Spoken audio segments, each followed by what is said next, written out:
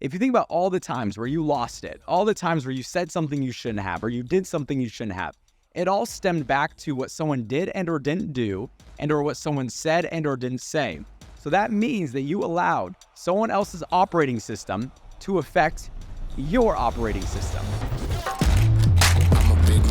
Welcome back to the Leaders Only podcast, where we talk about business, leadership mindset, and just pretty much anything revolved around building an incredible life. You know, one of the reasons that I started this podcast is because I felt like on the way to where we're at now, there wasn't really a place to go to learn tangible skills that are needed in order to succeed and further yourself and just get better overall in every area of your life. And so some background about me, I built a sales company that does over 8 figures a year. I own over $10 million worth of real estate, and I built a multiple 7-figure income that's streamlined and in all honesty doesn't really need me. I plan on teaching you and documenting everything that I learned along the way. And if you get something out of today's message, if you can do me a favor, if you can like, share, and subscribe, it will give us the ability to further our message and help more people, which is what we're all about. Thank you guys so much. Let's dive in. Today, we're going to be talking about such an important subject.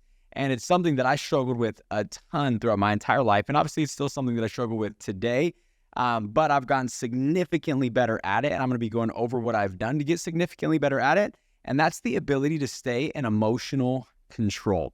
And that is so important, and I can't stress it enough. Your ability to stay in emotional control is such a valuable skill set. It's such a valuable asset to just dominating in every area of your life. Because if you look at the majority of times when you make a mistake, it's because you got out of emotional control, or when you said something that you shouldn't have said, it's because you got out of emotional control, or you made a bad investment and or purchase. Well, why did you do that? Because you lacked emotional control. And so our ability to stay in emotional control is absolutely everything. And it's in all areas of life too. It's not just in business as a parent, right? If you were constantly out of emotional control and you do not have emotional stability and you're always reacting and you handle every situation in a loud and obnoxious way and or a way where there's a lot of yelling and or whatever it might be, now all of a sudden you are teaching a child how to react to adversity. You are teaching that child how to react to obstacles. On the other side of things, if you're leading a team, if you're always all over the place, meaning you're up one day, you're down the next day, you're up one day, you're down the next day, well then now all of a sudden you have built uncertainty into your organization. And if you have uncertainty in your organization under a congregation, all of a sudden people are going to doubt your ability to lead. They're going to doubt your leadership. They're not going to trust you because they don't know which version of you that they're going to be dealing with that day. Because if you were emotionally positive today, but then tomorrow you're a train wreck, and then the next day you're excited, and the next day after that, all hell's breaking loose, whatever it might be, now all of a sudden they don't know what they're going to get with you because you're not emotionally stable. You're all over the place, and that leads to uncertainty. And especially as a leader of an organization, people already have enough uncertainty in their life, going on in their home, going on in their communities, going on in this world, going on in our economy. There's already enough uncertainty for you to add to it as someone's leader in business. If you're investing, if you are investing emotionally, maybe you see everyone on this trend and you decide to get in because you don't want to miss out, right? The FOMO, the fear of missing out. You don't want to miss out on that, cutting edge investment, whatever it might be. Right? Well, guess what? If you are hearing about it, then it's probably too late. If it's in the headlines, then it's probably too late. And now that emotion might get you to make an investment and or a purchase that's not in your best interest. So once again, we have to stay in emotional control. On a business leader side of things, right? If you're a business leader, it can lead to your business being up and down because businesses aren't typically up and down. The leader is up and down, and that's what creates the business to be up and down.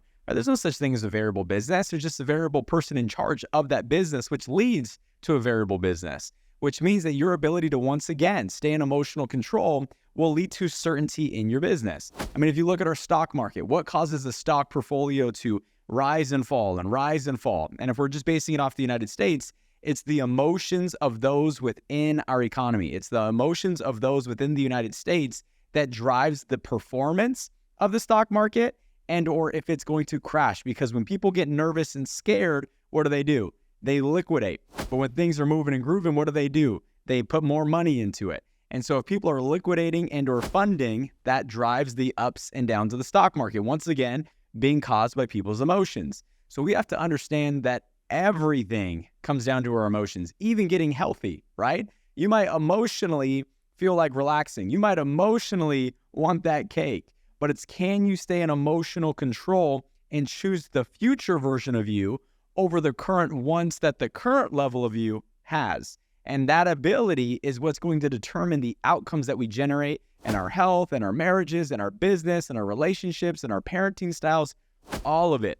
Your ability to stay in emotional control is everything. So what are some ways that we can do this? I'm going to go over 8 points that will help you in your ability to stay in emotional control. It's going to help you with your emotional stability. It's going to help you with your emotional intelligence. And here's the deal. They're kind of all over the place because there's different reasons that cause somebody to lose control of their emotions. And so I'm going to just give you a plethora of different examples of things that you can do in order to stay in control of your mind. And if you can do this, once again, it's going to lead to a better outcome of your life. So number one is realizing where most of our annoyances, our own frustrations, and our lack of emotional control comes from. If you think about all the times where you lost it, all the times where you said something you shouldn't have, or you did something you shouldn't have, it all stemmed back to what someone did and or didn't do, and or what someone said and or didn't say.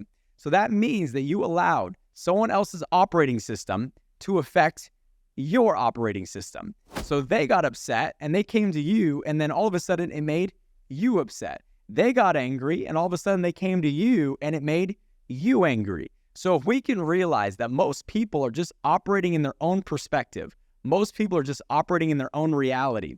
Now what that does is it gives us the ability to take back our own reality and not give power to their ability to influence our own reality.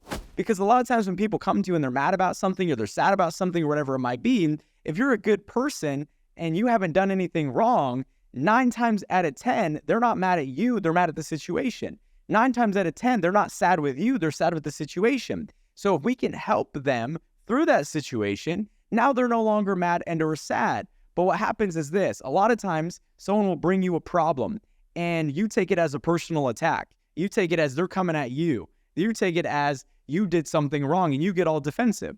Well, guess what? If you're getting defensive, that means that you are once again losing control. So we have to realize that when people bring us things, 9 times out of 10, they're not mad at you. They're not upset with you. They're not sad with you. They're mad, sad, and upset with the situation, and they want your help to fixing it. They just don't know how to express that in a logical way because they're currently operating in emotion. So if we can understand that they're just operating from their own perspective in this moment, now that gives us the ability to stay calm, stay collected, and start working with the solution in mind so that way we can help them through that process. So that way we can help them through that process without our emotional state being affected in a negative way. So the second thing that you can do to take back control of your emotional state is control your breathing. And I can't stress this enough. As somebody who's been in a lot of chaotic situations, a lot of frustrating situations, a lot of heated conversations over the course of my life, and whether that's in business or leadership or just family and life, as somebody who's been in so many heated conversations and or frustrating situations, it becomes very difficult to allow the circumstances to influence your emotional state, causing you to react. And so your ability to control your breathing realigns your heart rate with your mind waves, which allows you to operate in a more rational state of mind. So let me explain. Your mind and your heart, when you are clear-headed, when you are focused, when you are operating calmly and collected, they operate at the same frequency and they operate in unison. But all of a sudden, if your heart rate increases because you're frustrated, because you're angry, because you're emotional, because you're sad, now what happens? Your heart rate is no longer in unison with your brain waves. And if your heart is operating at this frequency and your brain is operating at this frequency, it's one of the things that causes emotional, irrational decisions. So how do we bring back our heart rate down to our brain waves? It's by controlling our breathing. By you controlling your breathing, you are then able to bring back down your heart rate, realigning your heart rate with your brain waves, and that allows you to start acting once again in a more calm and collected manner, which is the state in which you need to be in when it comes to making the right decisions to fix a problem, solve an adversity, and or correct a bad situation. So once again, our ability to control our breathing, even in the midst of chaos, will give us the ability to think clearer, make better decisions, and get us out of the adversity a lot sooner. Number 3, ask yourself better questions. One thing I learned from John Maxwell is that the quality of a leader is determined by the quality of questions they ask themselves. And if that transcends into life, that means the quality of your life will also be determined by the quality of questions that you ask yourself. which means that if we can ask ourselves better questions, then we can get better answers, and better answers lead to a better quality of life. And so I took that same approach when it came to dealing with adversity and or problems and or negative situations that could typically cause someone to lose emotional control. So one of the questions that I always ask myself in any heated situation and or anytime I'm feeling angry and or anytime I'm feeling frustrated are the words that I'm about to say and are the actions that I'm about to take going to get us closer to the solution? Let me say it again. The number one question that I ask myself in the midst of adversity is, are the actions that I'm about to take and are the words that I'm about to speak going to get me closer to the solution?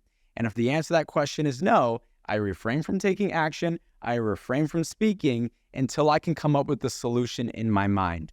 I can't tell you how many relationships this has saved me. I can't tell you how many people in my business this has allowed me to keep. I can't tell you how many times this has kept me from making a stupid decision and or sending a text message that I wanted to send and or having a conversation that I wanted to have or whatever it might be. I can't tell you how many times that this has helped me not make a stupid, irrational decision. Once again, the question is, are the actions that I'm about to take going to get me closer to the solution? No, don't execute. Yes, execute.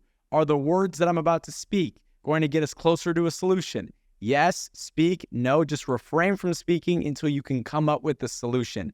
Just because you have something to say doesn't mean that you should say it.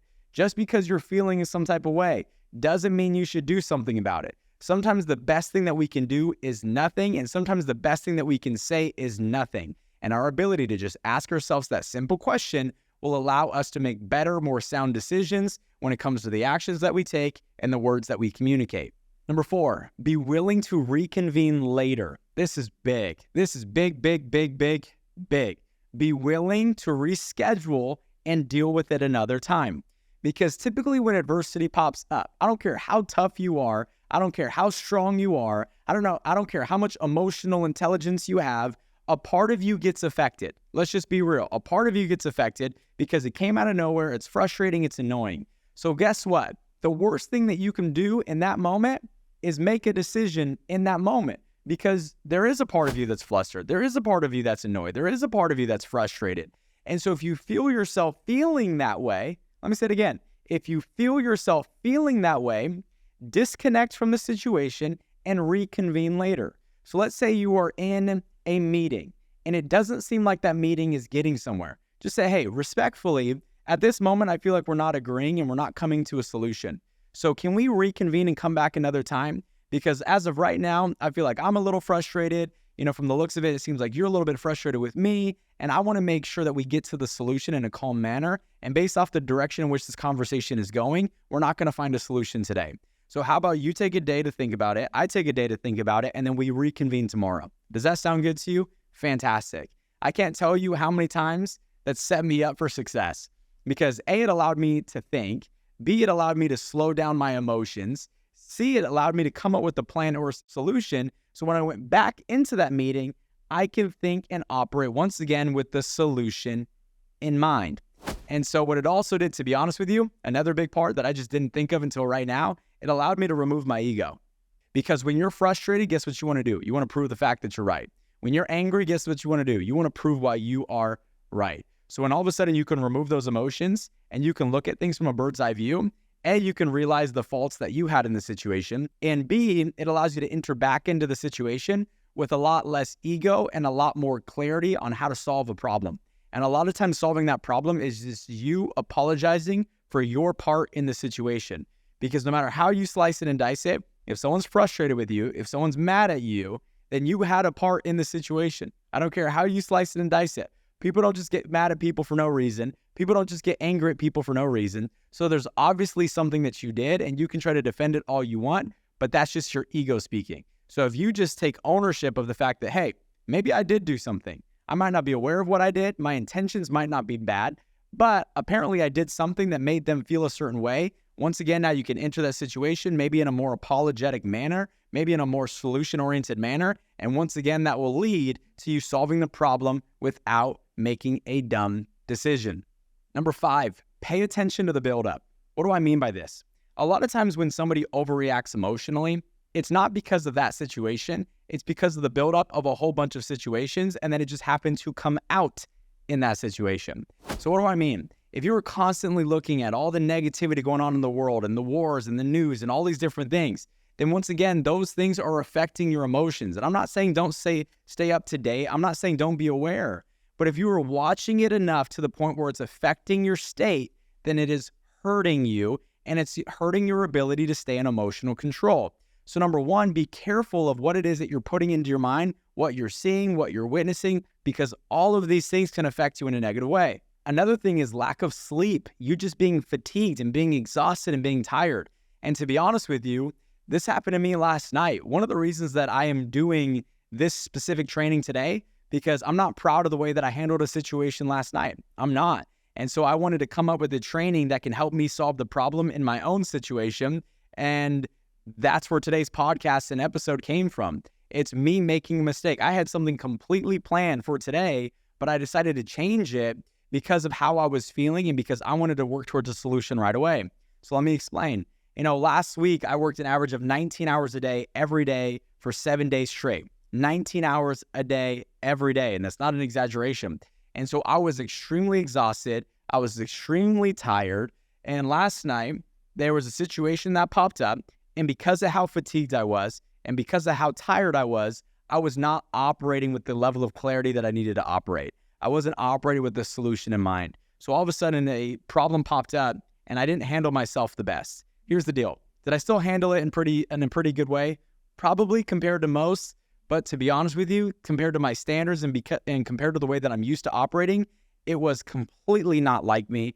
And after the fact, I was frustrated with the way that I handled the situation that I even wrapped back around to fix it. And then I tried to refix it this morning because once again, I was frustrated with the way that I handled the situation. So here's the deal. Does that happen very often to me? To be completely honest with you, no. I don't normally lose emotional control. I don't normally handle situations in a bad way. And it's not because I haven't in the past. It's because I've learned how to control my emotions, even in the midst of chaos, which typically allows me to make better decisions. But last night I was tired, I was fatigued, I was exhausted. And then all of a sudden a situation popped up and I didn't handle it the best.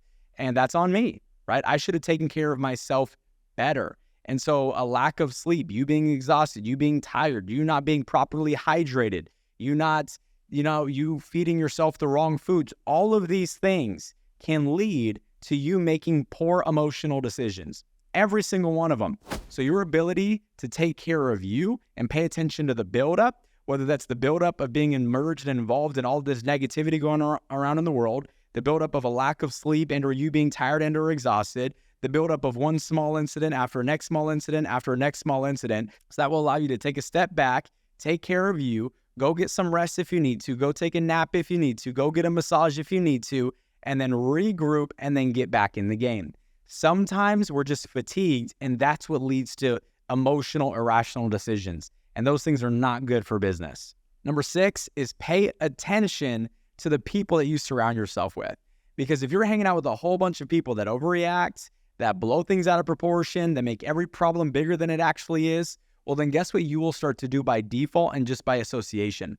The exact same thing. Proximity is power. So if you are within proximity of people that overreact, that get mad about things all the time and everything makes them angry and everything makes them frustrated and everything's a negative situation and everything's emotional and everything's bigger than it actually is, well, then guess what? You will start to operate with that same level of emotional intelligence because they're so close to you that how they're operating is rubbing off on you. And I know what you might be thinking, I'm strong, I'm tough, my circumstances don't affect my identity, how people operate around me doesn't affect how I operate. As much as you would like to think that, the reality of it is they affect you. Statistically, if you hang out with someone who hangs out with somebody that's overweight, you have a 60% higher chance to become overweight as well. And you're not even hanging out with the person that's overweight. So what's my point? If you are directly hanging out with somebody who's emotionally unstable, well, then guess what? That can affect your emotional state. And if you hang out with somebody who hangs out with somebody who's emotionally unstable, well, then guess what? That can lead to your emotional stability being altered, being affected in a negative way. So once again, we have to control the environments and or the people that we hang out with to make sure that their emotional stability encourages your emotional stability to be better, not worse, because they don't know how to control themselves just yet. Number 7, compare the problem that's causing you emotional distress to a bigger problem. So now all of a sudden, the problem that's causing you this emotional distress seems small. And let me explain what I mean. Every single time I ever face adversity in my life or my business or a relationship or whatever it might be, every single time I ever face adversity, what I would do is I would compare that adversity to what it is that my dad was going through. And it made me grateful to only have to deal with that adversity. And let me explain. My dad battled cancer for about 14 years. He was told 5 times he had 3 months to live. And it was this ongoing fight with cancer where he was always in pain. He was always hurting. He was always fighting just to get to another day because he didn't know if tomorrow was guaranteed. And that was a 14-year fight. And so for me, when problems would pop up, I would compare that problem to what it is that my dad was going through. And I realized, and it made me realize that I was blessed to only have to be dealing with that problem because I have my dad that's fighting for his life. And all I have to do is deal with this bill or this expense or this, frustration or this annoyance in a relationship or deal with this adversity that popped up in my business or deal with this person quitting or a client deciding not to move forward. Like, that's all I have to deal with. I'm blessed to have the opportunity to face that adversity compared to the adversity that my dad was going through. And so by me comparing adversities, it made me realize that I was blessed, put me back into a grateful state, and allowed me to stay in a more emotionally controlled state of mind, which then led to better decision-making once again.